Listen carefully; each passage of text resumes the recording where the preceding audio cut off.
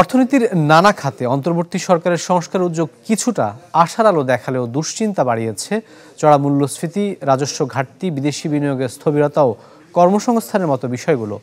উন্নয়ন প্রকল্পের ধীরগতি ও শিল্পের মূলধনী যন্ত্রপাতির আমদানি কমে যাওয়ায় উৎপাদনেও দেখা দিয়েছে অস্থিরতা। সবকিছু মিলিয়ে সময়টাকে কঠিন বলছেন অর্থনীতিবিদরা। তাই সামষ্টিক অর্থনীতিতে গতি ফেরাতে সংস্কার কর্মসূচি দ্রুত বাস্তবায়নের পরামর্শ দিয়েছেন বিশ্লেষকরা। বিস্তারিত প্রতিবেদনে। ইলেকট্রা রেফ্রিজারেটর, খাবার তাজা তো জীবন তাজা। ইলেকট্রা, ফ্রিজের রাজা। নানামুখী সংস্কারের প্রত্যয়ে মাস ছয়েক আগে দায়িত্ব নেয় অন্তর্বর্তী সরকার। চাপে থাকা অর্থনীতির পাহাড়সম চ্যালেঞ্জ মোকাবেলায় হাতে নেওয়া হয় একাধিক কর্মসূচি। 6 মাস পার হলেও তাই প্রশ্ন থেকে যায়, এই সময়ে কতটা গতি পেয়েছে সামষ্টিক অর্থনীতি। শুরু থেকেই বাড়তি নজর ছিল ব্যাংক খাত ঘিরে। তথ্য বলছে, জুলাই থেকে জানুয়ারিতে গেল বছরের একই সময়ের তুলনায় $305 কোটি বেশি হয়ে রেমিট্যান্স এসেছে 1,500 কোটিরও উপরে। কিছুটা ইতিবাচক ধারা ফিরেছে রপ্তানিতেও, ফলে রিজার্ভও আবার প্রায় 20 বিলিয়নের ঘরে।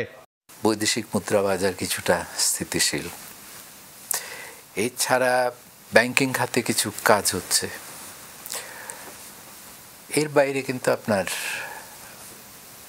অর্জনের জায়গাগুলো খুঁজে পাওয়া খুব কঠিন। যেখানে কিছুটা সন্তোষজনক অর্জন আপনি বলতে পারেন, সেটা হলো বহির্বাণিজ্যের ভারসাম্যের ক্ষেত্রে।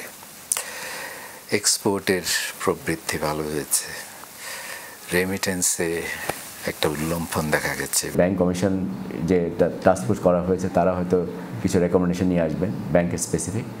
সেগুলোকে কাজে লাগাতে পারলে হয়তো খানিকটা আমরা দেখব যে আস্তে আস্তে এই সমস্যাগুলো হয়তো দূর করা সম্ভব হবে। তবে এই সময়টায় বাগে আনা যায়নি সাধারণের মাথা ব্যথার কারণ মূল্যস্ফীতিকে। রাজস্ব আদায় হয়েছে লক্ষ্যমাত্রার চেয়ে 58,000 কোটি টাকা কম। সমান্তালে কমেছে উৎপাদন ও বিদেশি বিনিয়োগও। দুশ্চিন্তা বাড়িয়েছে কর্মসংস্থানের স্থবিরতা। মূল্যস্ফীতির ক্ষেত্রে অবশ্যই প্রত্যাশার তুলনায় আমরা মূল্যস্ফীতি কমার বড় কোনো লক্ষণ দেখতে পারি নাই। একই ধরনের পারফরমেন্স দেখা যাচ্ছে বিনিয়োগের ক্ষেত্রে বা কর্মসংস্থানের ক্ষেত্রে। যে অর্থনীতির যে দুর্বল অবস্থা ছিল, এই সরকার যখন ক্ষমতা গ্রহণ করেছেন এখনও সেরকমই আছে।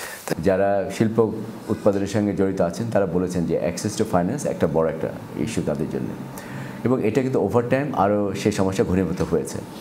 এবং উল্টা দিকে আমরা এই চিত্র দেখেছি যে ঋণগুলো দেওয়া হয়, সেই ঋণগুলো এমন কিছু গোষ্ঠীর হাতে চলে যাচ্ছে যারা সেই ঋণগুলোর সদ্ব্যবহার করেন না। টেকসই এডিপিতে নজর দিতে গিয়ে এক যুগের মধ্যে সবচেয়ে কমেছে এর বাস্তবায়নের হারও। রাকিব আল জাবেদ, চ্যানেল 24, ঢাকা।